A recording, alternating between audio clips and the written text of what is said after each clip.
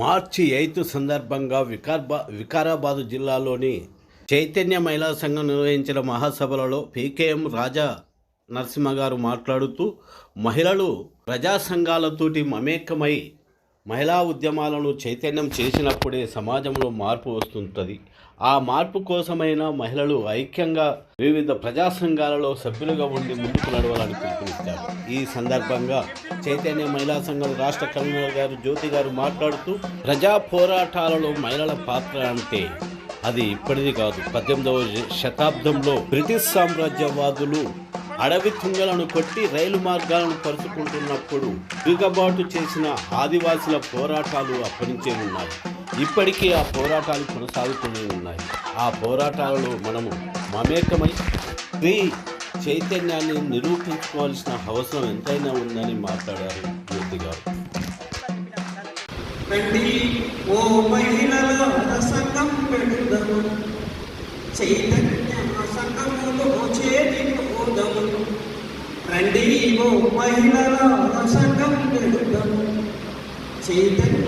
సంఘములో చేరిపోదము, చేయి చేయి కలుపుదాము, పిడికిలెత్తి కదులుదాము. రండి ఓ మహిళల సంఘం పెడుదము, చైతన్య సంఘములో చేరిపోదము. దగాపట్ట చెల్లెల ధైర్యం నిత్యము, అనచబట్ట చెల్లెల ఉండము, దగాపట్ట చెల్లెల ధైర్యం నిత్యము, అనచబట్ట చెల్లెల ఉండము. రండి ఓ మహిళల సంఘం పెడుదము, మన చైతన్య సంఘములో చేరిపోదము, చేయి చేయి కలుపుదాము, పిడికిలెత్తి కదులుదాము. రండి ఓ మహిళల సంఘం పెడుదము. రేపు సరే మీరు పెరిగిన తర్వాత మీ లైఫ్ పార్ట్నర్ను మీరు ఎన్నుకుంటే ఒకవేళ అట్లా వాళ్ళ నుంచి మీకు పెళ్లి చేస్తారా? అది ఏ కులమైనా చెప్పండి, చేయరు కదా. ఇదే స్వాధికారత అంటే ఇది. అంటే మనం ఏంటంటే చదువుకుంటున్నాం, హక్కులు ఉండడం వల్ల చదువుకుంటున్నాం. చదువు వల్ల అంతలో సమానత్వం వస్తుంది. కానీ ఆ సమానత్వంతో మాత్రం సాధిక అంటే స్వయంత్యాధికారం అనేది రావడం లేదు. అసలు సమానత్వం ఉంటే కదా ఎన్ని అధికారం వచ్చేది. అందుకని ఇవన్నీ మూడు ఇంటర్వ్యూ, ఈ మూడు ఒకదానికొకటి ఇంకా ఉన్నాయి కాబట్టి ఒకటి రాకపోతే ఒకటి లేదు అనేది మనం తెలుసుకోవాల్సి వస్తుంది. ఇవన్నీ ఎందుకు లేవు అనేది మనం ఒకసారి ప్రశ్నించుకుంటే అసలు ఈ సమాజంలో ఇవన్నీ అడ్డుకునేది ఏది ఒకసారి ఆలోచించండి. ఇప్పుడు వాళ్ళు సొంతంగా ఎవరన్నా పెళ్లి చేసుకోవాలనుకున్నప్పుడు వాళ్ళ కాళ్ళ మీద వాళ్ళు నిలబడి చేసుకోవాలనుకుంటు ఇంట్లో ఎవరు ఒప్పుకోరు చెప్పండి. తండ్రి వాళ్ళ మొదట తండ్రి. అంటే ఇక్కడ మనం ఏంటంటే ఒక పితృస్వామ్య కుటుంబ వ్యవస్థను అనుకుంటాం. ఆ పితృస్వామ్య కుటుంబం అనేది ఆ యజమాని ఇంటికి తండ్రి ఉంటాడు. ఆ తర్వాత ఏంటంటే పెళ్ళైపోయిన తర్వాత ఆమెకు భర్త ఉంటాడు. ఓల్డ్ ఏజ్ అయిన తర్వాత కొడుకు రూపంలో ఉంటాడు. అంటే ఈ అధికారం అనేది, ఈ పురుషుల యొక్క అధికారం అనేది మనకు కంటిన్యూ అయితేనే ఉంది. మన జీవితాంతం చిన్నగన్నప్పటి నుంచి చచ్చిపోయే వరకు మనం ఎప్పుడు ఎవరో ఒకరు ఆధీనంలో ఉండాలి. ఈ ఆధీనం అనేది ఏంటంటే పితృస్వామ్యం అనేది మనమంతా చూస్తే అణిచివేత. ఆ అణిచివేత అనేది ఖచ్చితంగా ఉంటుంది, కానీ అది రూపం మార్చుకుంటుంది. మీరు ఇంటి ముందు ఉన్న రూపాలను చూసుకుంటే అది చాలా నగ్నంగా తన రూపాన్ని బయట పెట్టుకుంటుంది. అందుకనే మీరు చూసుంటారు ఈ మధ్య ఒక వార్త, ఒక ఆమెను భార్యను చంపి ఆయన కుక్కర్లో ఉడకబెట్టి దాన్ని మొత్తం బయట పడేసి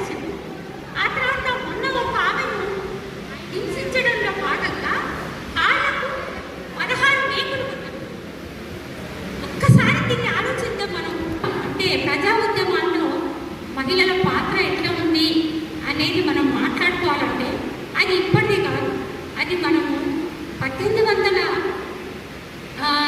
దశకం నుంచి మనం మాట్లాడుకోవాల్సి వస్తుంది.